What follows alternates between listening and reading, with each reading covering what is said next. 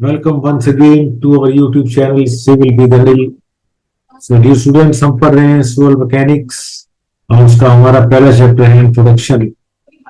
इस इंट्रोडक्शन की हम पहले एक वीडियो देख चुके हैं। अब हम इस इंट्रोडक्शन का पार्ट 2 पढ़ रहे हैं।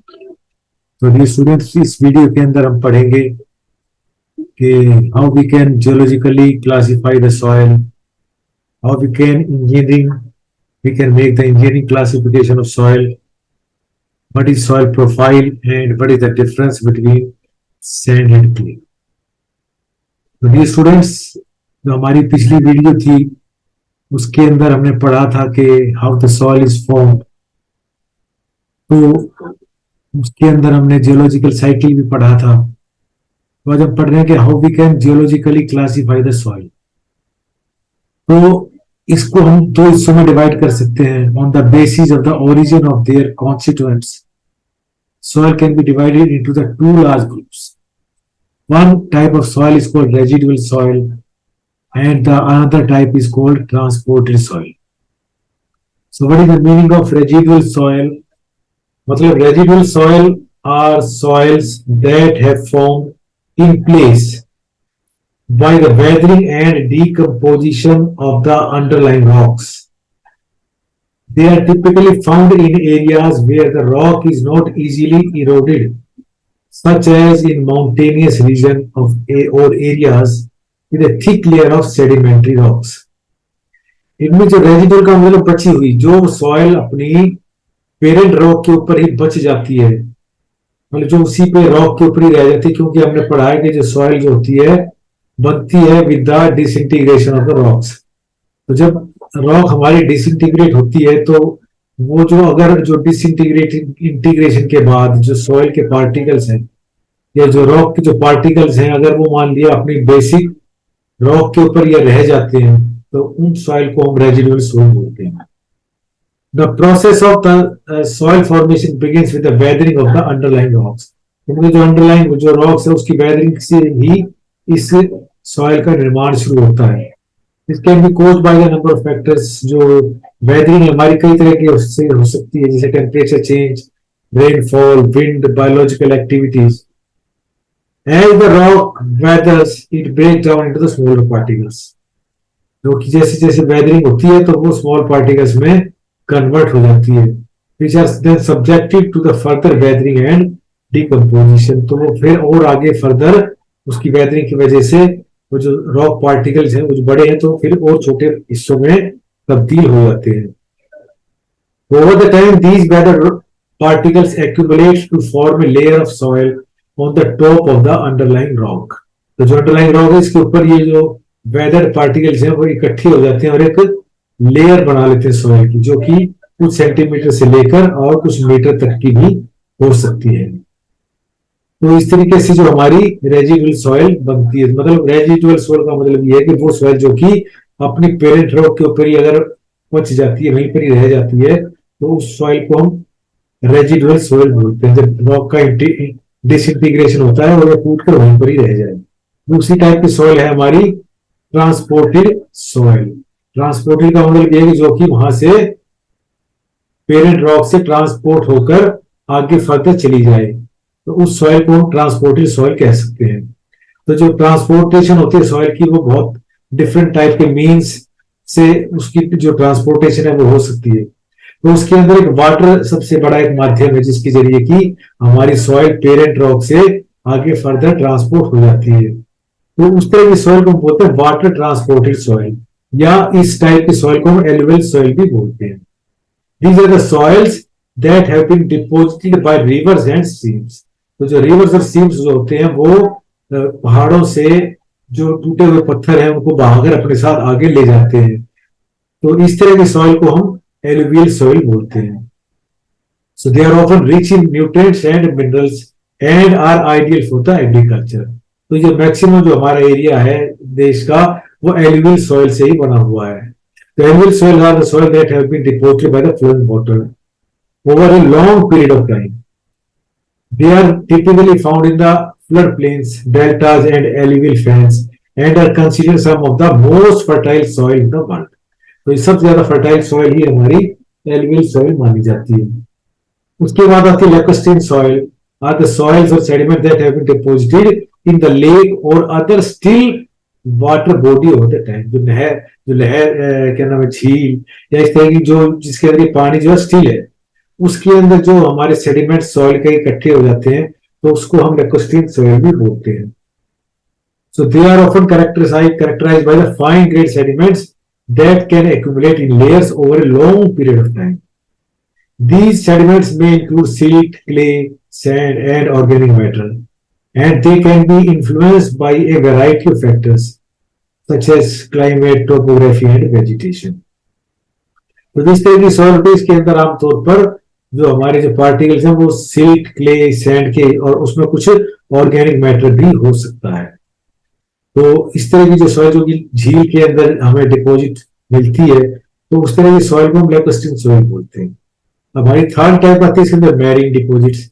Marine deposit are the soil or sediment that have been deposited by the ocean or other bodies of the salt water over time. जो समुद्र या उसके आसपास के जो इलाके हैं उसके अंदर जो हमारी जो मिट्टी एकत्रित होती है उस तरह की सॉइल को मैरीन डिपॉजिट बोलते हैं। They can be found along the coast line, मतलब समुद्र के किनारे ही हमें मिलती है, और continental shelves and in deep ocean basins and are often composed of fine grained sediments such as sand, silt and clay. तो इसके अंदर भी यही इसी तरह का ही डिपॉजिट होता है, सैंड, सिल्ट एंड क्ले, जो कि हमें कोस्ट लाइन पे मिलती है। तो इस तरह की सॉइल को हम मैरीन डिपॉजिट्स बोलते हैं। तो ये वाटर ट्रांसपोर्टेड जो सॉइल है हमारी, इसको हमने तीन अलग अलग इसको हमने डिफाइन किया है। मेनली इसको एलुवियल सॉइल बोलते हैं, वाटर ट्रांसपोर्टेड, फिर उसके बाद अगर वो स्टील वाटर में मिलती है तो उसको लैक्स्टीन बोलते हैं, and if it is found near the sea area तो उसको मैरीन डिपॉजिट्स बोलते हैं। तो ये उसका हिंदी में अनुवाद करने की कोशिश की गई है ताकि जो हमारे स्टूडेंट्स हैं जो थोड़ा बहुत मतलब जिनको थोड़ा सा इंग्लिश में प्रॉब्लम रहती है तो उसके लिए वो यहाँ से भी उसको पढ़कर उसका मतलब अच्छे से समझ सकते हैं। हमारा दूसरा डिपॉजिट होता है ग्लेशियर डिपॉजिट्स, और ग्लेशियर ड्रिफ्ट भी बोलते हैं। तो these soil are formed by the movement of the glaciers and are typically rich in minerals and nutrients. बर्फ जब जाती है जब तो ग्लेशियर बन जाते हैं, तो गर्मियों के टाइम में वो ग्लेशियर जब हमारे पिघलते हैं तो फिर वो आगे मूव करना शुरू कर देते हैं। तो जो जिस पहाड़ पे जहां पर भी वो हिली एरियाज के अंदर जो ग्लेशियर बनते हैं वो अपने साथ फिर जो हिल एरियाज के अंदर से जो भी सॉइल है उसको फिर अपने साथ ही वो बहा कर लेके जाते हैं। तो उस तरह के जो डिपॉजिट जो बनते हैं उनको बोलते हैं ग्लेशियर ट्रांसपोर्टेड सॉइल। जो ग्लेशियर अपने साथ बहा करके लेके जाते हैं उनको ग्लेशियर ट्रांसपोर्टेड सॉइल भी बोलते हैं। तो इसके अंदर कुछ अलग अलग टर्म्स फॉर्म्स भी इसके अंदर बन जाती हैं जो कि अलग अलग नाम से इसको जानते हैं, जिसको मोरेन्स, एस्कर्स, क्लेम्स, आउटवाश बोलते हैं। तो वो थोड़ा थोड़ा डिफरेंस है, तो ये हमें थोड़ा सा समझना जरूरी है। मोरेन्स किसको बोलते हैं? तो मोरेन्स का मतलब ये आता है land form that are created by the accumulation of sediments and debris deposited by the glaciers.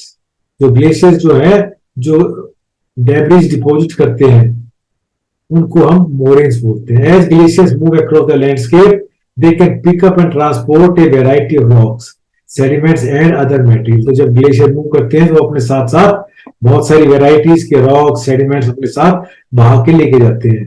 When the glacier begins to melt, जब पिघलना शुरू हो जाते हैं तो जो जहां पर भी वो पहुंचते हैं वो ग्लेशियर वो वहीं पर ही डिपोजिट हो जाता है उनका रॉक्स पार्टिकल्स का, और वो वहां पर वो जो हमारी सॉइल बनती है उसको हम मोरेन्स के नाम से जानते हैं। तो जब हमारे जो ग्लेशियर जहां पर डिपोजिट होते हैं, जब मेल्ट होते हैं, तो उस पोजीशन के अंदर जो हमारी जो डिपोजिट होती है उसको मोरेन्स बोलते हैं। अब दूसरी टर्म आती है eskers, are the long winding ridge or sand and gravels that were found by melt water streams flowing under the glaciers during the last ice age। तो जो हमारे जो ग्लेशियर्स है उसके नीचे जो मेल्ट वाटर स्ट्रीम जो फ्लो कर रही है वो जो डिपॉजिट्स बनाती है, तो उस डिपॉजिट को जो लॉन्ग डिपॉजिट जो बनते हैं, लॉन्ग रिजेस जो बनते हैं उसको एस्कर्स बोलते हैं। As the streams flowed, they deposit sediments on the bed of the glacier, creating long sinus ridges that were left behind when the glaciers eventually melted। तो जब हमारे ग्लेशियर्स मेल्ट हो जाते हैं तो उसके बाद जो नीचे जो उसके अंदर रिवर फ्लो कर रही थी आइस वाटर की या मेल्ट वाटर की, तो उसकी वजह से जो डिपॉजिट्स बन जाते हैं उनको हम एस्कर्स बोलते हैं। तो बिल्कुल ग्लेशियर के नीचे जो रिवर जो मेल्ट वाटर जो बनता है फ्लो करता है उसकी वजह से जो बनते हैं उसको हम एस्कर्स बोलते हैं। इसी तरह से kames, kames are irregularly shaped hills or mounts of sand, gravel and other sediment that were deposited by the melt water from the retreating glacier. तो इस तरह से जो एक हिल टाइप के भी कई बार जो ये हमारे ग्लेशियर जो वो डिपॉजिट बनाते हैं, तो उस डिपॉजिट को जो हिल टाइप के जो ग्लेशियर बन जाते हैं हमारे, या जो हिल्स बन जाते हैं मतलब जो डिपॉजिट्स के, तो उसको हम केव्स बोलते हैं। They are typically steep side and have a regular rounded और कोनिकल शेप। तो उनकी जो शेप होती है राउंडेड या कोनिकल शेप में हिल डिपॉजिट हो जाती है and can range in size from a few meter to the several hundred meter in diameter. तो जो हमारा जो जो हिल्स बना है उसका जो डायमीटर है कई कुछ हंड्रेड से लेकर फ्यू सेंटीमीटर से लेकर कुछ सेवरल हंड्रेड मीटर तक उसका डायमीटर हो सकता है, उसको बोलते हैं केव्स। मतलब ये हिल होती है, हिल शेप्ड सैंड डिपॉजिट है, तो इसलिए उसको हमने नाम दिया केव्स। इस तरह से हमारे जो लास्ट इसके अंदर जो डिपॉजिट बनता है उसको बोलते हैं outwash. In a geological deposit of sand, gravel and other sediment that were transported and deposited by the melt water streams flowing away from the glacier. तो जो ग्लेशियर से जो मेल्ट वाटर जो पिघल जाता है अपने साथ, जो ग्लेशियर के साथ नहीं, जो उसके साथ जो वाटर है, जो मेल्ट वाटर है ग्लेशियर में से जो मेल्ट हो रहा है, वो अपने साथ जो डिपॉजिट लेके जाता है उस डिपॉजिट को हम आउटवाश बोलते हैं। तो ग्लेशियर अपने साथ बहा के लेके जाता है उसको तो मोरेन बोलते हैं, लेकिन जो ग्लेशियर से जो वाटर मेल्ट हो जाता है और फिर वो मेल्ट वाटर अपने साथ जो डिपॉजिट लेके जाता है उस डिपॉजिट को हम आउटवाश बोलते हैं। तो ये इनमें थोड़ा थोड़ा डिफरेंस है और उनके फिर इस हिसाब से उनके अलग अलग नाम दिए गए हैं। तो इसको आप देख सकते हैं, इसको ये डायग्राम्स के थ्रू भी आपको दिखाने की कोशिश की गई है, जैसे मोरेन्स, एस्कर्स, केव्स एंड आउटवाश। तो इससे थोड़ा आप डायग्राम से थोड़ा आपको आइडिया लग सकता है, जैसे मेल्ट ये हमारा जो ये ग्लेशियर है, इससे जो वाटर जो मेल्ट वाटर जो बह के आ रहा है वो अपने साथ जो डिपॉजिट लेके जाता है उसको आउटवाश बोलते हैं। इस तरह से केव्स के अंदर दिखाया गया है आपको जो पहाड़ी बनी हुई है, ये एक तरह से राउंडेड पहाड़ी जो बनी है तो इसको केव्स बोलते हैं। और इसी तरह से जो एस्कर्स जो है वो जो हमारा जो ग्लेशियर उसके नीचे जो रिवर फ्लो करती है वो जो अपने साथ जो डिपॉजिट जो बनता है उसके अंदर उसको एस्कर्स बोलते हैं। और इस तरह से जो आप जो ये ग्लेशियर डिपॉजिट बह के अपने साथ ला रहा है उसके साथ जो उसमें जो डिपॉजिट्स हैं उसको मोरेन्स बोलते हैं। तो ये सभी हिंदी में आपको समझाने की कोशिश की गई है। अब इसके बाद हमारा नेक्स्ट टॉपिक है wind transported soil, alien soil भी बोलते हैं इसको। तो जो हवा से अपने सब बहा के जो सॉइल जो बनती है उसको एलियन सॉइल बोलते हैं। तो इसको हमने दो टाइप इसके अंदर होती है, तो इसको हम लियोस एंड सैंड ड्यून्स बोलते हैं। Loess is a wind blown sediments consisting of the fine grained particles such as silt and clay. It is usually light colored and form a thick layer that can be hundred of meters deep in some areas. Lios deposits are found in many parts of the world, including China, Europe, North America.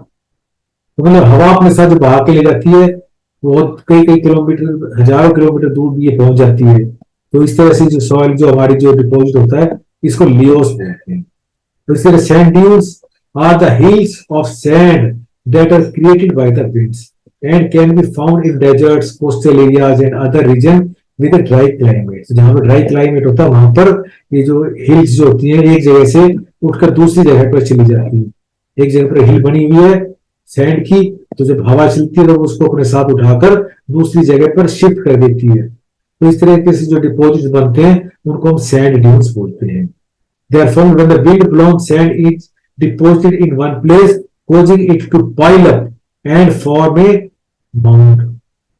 तो mount मतलब टीला होता है, इस तरह से टीले जो बनते हैं तो उसको हम सैंड ड्यून्स बोलते हैं। Sand dunes comes in many shapes and sizes and can range from small ripples to the towering peak that are hundreds of meter high।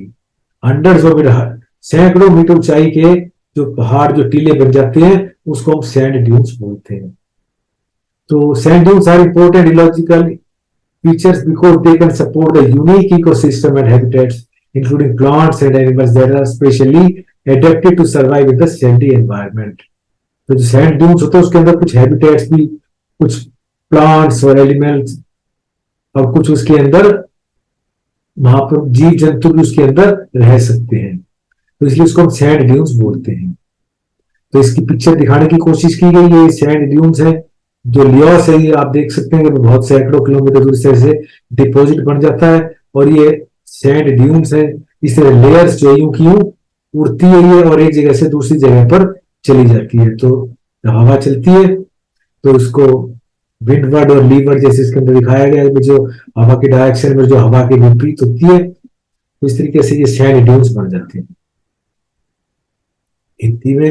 अब उसके बाद हमारा लास्ट टॉपिक है इसके अंदर कोलुवियल सॉइल, जिसको ग्रेविटी डिपॉजिट सॉइल्स बोलते हैं। ग्रेविटी का मतलब जो कि पहाड़ जो है हमारे ऊपर से टूट के नीचे जो आ जाते हैं, तो उसी की वजह से जो सॉइल बनती है उसको कोलुवियल डिपॉजिट या ग्रेविटी डिपॉजिट सॉइल्स बोलते हैं। These soils are formed by the movement of the gravity and are typically found at the base of the hill or mountains. तो हिल और माउंटेन्स के बेस पे जो सॉइल मिलती है उसको कोलुवियल सॉइल बोलते हैं। तो हमारी इसकी जो ट्रांसपोर्टेड सॉइल लास्ट टाइप थी ग्रेविटी डिपॉजिट सॉइल। अब हम पढ़ते हैं कि engineering classification of the soil. क्योंकि हमें तो जो पहले जो आपने पढ़ा है जियोलॉजिकल भी है, तो एक तरह से आपको समझने के लिए कि कैसी सॉइल की हमारी कहाँ पर मिलती है। लेकिन बेसिकली अगर हम इंजीनियरिंग पॉइंट ऑफ व्यू से बात करते हैं तो इंजीनियरिंग पॉइंट ऑफ व्यू से हम जो सॉइल को इन तीन टाइप में क्लासिफाई कर सकते हैं। कोर्स ग्रेन का मतलब जिसके जो पार्टिकल्स के साइज हैं थोड़े से मोटे होते हैं, तो इसलिए उसको कोर्स ग्रेन सॉइल भी बोलते हैं। तो फिर फाइन सॉइल होती है, जो क्ले टाइप जो सॉइल है बिल्कुल बहुत बारीक, जिसके जो पार्टिकल्स होते हैं मतलब इनका साइज बहुत छोटा होता है, तो फाइन ग्रेन सॉइल बोलते हैं। और तीसरी टाइप की सॉइल होती है हमारी ऑर्गेनिक सॉइल, जो कि बनती है with the decomposition of the vegetables is known as a organic soil. तो जो ये हमारी कोर्स ग्रेन सॉइल है, इसके अंदर जो 50% जो साइज है they are more than 75 micron, जिनका जो साइज होता है 75 माइक्रोन से बड़ा होता है, मोर देन 50%। तो आगे फर्दर जो सॉइल के अंदर ये इसका डिटेल में क्लासिफिकेशन पढ़ेंगे। तो अभी आपको इतना ध्यान करना है कि जो सॉइल हमारे कोर्स ग्रेन, ये इसको कोहेजनलेस सॉइल भी बोलते हैं, उनके अंदर आपस में कोई अट्रैक्शन नहीं होता, और बाकी 50% से ज्यादा इसके अंदर पार्टिकल्स 75 माइक्रोन्स की सीप के ऊपर रिटेन हो जाते हैं। उसके एग्जाम्पल है सैंड, ग्रेवल, कोमल से इसके कॉमन एग्जाम्पल है। और फाइन ग्रेन सॉइल के अंदर जो कि मोर देन 50% पार्टिकल्स जो है 75 माइक्रोन सीप से पास कर जाते हैं, मतलब उससे 75 माइक्रोन से छोटे होते हैं, तो उन सॉइल को फाइन ग्रेन सॉइल बोलते हैं। और ये कोहेसिव सॉइल होती है, इनके अंदर आपस में इंटरमोलिकुलर अट्रैक्शन होता है, तो इसलिए इसको हम कोहेसिव सॉइल भी बोलते हैं। And the last one is organic soil, जो कि वेजिटेशन से बनते, डिकम्पोजिशन ऑफ द वेजिटेशन। सो और ये जो सॉइल है हमारी पीट इसका एग्जांपल है, and it is recognized by its dark colour and fibrous nature and smell of the decaying vegetation. तो इसके अंदर खुशबू आती है, जैसे कि जो डिके करते हैं, मतलब जो पेड़ पौधे जो वेजिटेशन जो जब वो क्या नाम है डीके हो जाते हैं जब ये, तो उसकी वजह से जो उसमें स्मेल आती है, इसीलिए इसका नाम ऑर्गेनिक सॉइल है। तो आपको हिंदी में बताया गया। और लास्ट हमारा इसका टॉपिक है सॉइल प्रोफाइल। तो अगर हम किसी सॉइल को अगर मान लिया कोई उसका अगर वर्टिकल अगर क्रॉस सेक्शन काट दे, किसी भी जमीन के अंदर अगर एक वर्टिकल क्रॉस सेक्शन काटते हैं, तो जो हम इसके अंदर सॉइल की डिफरेंट लेयर्स दिखाई देती है, उसको हम सॉइल प्रोफाइल बोलते हैं। तो आप जैसे जानते हैं कि जो सॉइल प्रोफाइल है ये प्लेस टू प्लेस वेरी करता है। कहीं पर किसी सॉइल की कितनी डिपोजिशन है, किसी पर कहीं पर डिपोजिट है, तो नीचे बेड रॉक, पेरेंट रॉक, सब सॉइल, टॉप सॉइल, जिसके अंदर की हमारी वेजिटेशन वगैरह होती है। तो इस तरह से इसको जो अगर क्रॉस सेक्शन जो काटते हैं तो इसको सॉइल प्रोफाइल बोलते हैं। इस तरह से हिंदी में भी आपको दिखाया गया है सॉइल प्रोफाइल। और अब हमारा जो लास्ट टॉपिक है इसका कि हम सैंड और क्ले के बीच में क्या डिफरेंस है। तो जो मैंने पहले भी आपको बताया है कि कोर्स सैंड और फाइन सैंड, तो उसी तरह का वही डिफरेंस है कि भैया हमारी फाइन सैंड है, इसको क्ले सॉइल भी बोलते हैं फाइन सैंड, और सैंडी सॉइल होती है हमारी कोर्स ग्रेन सॉइल होती है। इसके साइज छोटे हैं, इसके बड़े हैं, ये पैक्ड बहुत ज्यादा क्लोजली पैक्ड होते हैं, ये लूज पैक्ड होते हैं, इसमें पानी जो है ज्यादा रुक सकता है, इसमें नहीं रुकता है। Draining of water is not quick, इसमें बहुत तेजी तेजी से पानी जो है बह जाता है। इसका वेट हैवी होता है, इसका हल्का होता है, इसके अंदर हवा कम रुकती है क्योंकि इसके अंदर वॉइड्स नहीं होते, इसीलिए less air trapped between the soil particles. इसमें ज्यादा हवा रुक सकती है। And suitability for the growing crops, तो जो क्लेई सॉइल है वो ज्यादा सुटेबल होती है क्रॉप्स के लिए, और सैंडी सॉइल कम सुटेबल होती है।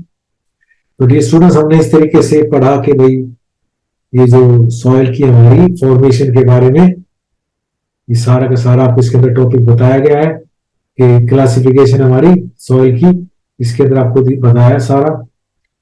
तो मैं होप करता हूँ कि आपको ये बहुत अच्छे से समझ में आई होगी, और आगे और इसके आगे हम और अच्छी अच्छी वीडियोस लेके आएंगे आपके लिए, जिसके अंदर हम सभी सॉइल के बारे में पढ़ेंगे, उसका classification of soil, permeability, shear strength, compaction, natural compaction, मतलब बहुत सारी चीजें हमारे इसके अंदर आगे अभी बची हुई हैं।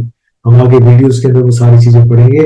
तो आई होप आप इस वीडियो को ज्यादा से ज्यादा शेयर करेंगे, लाइक करेंगे, और चैनल को सब्सक्राइब जरूर करेंगे। तो thank you very much for watching this video.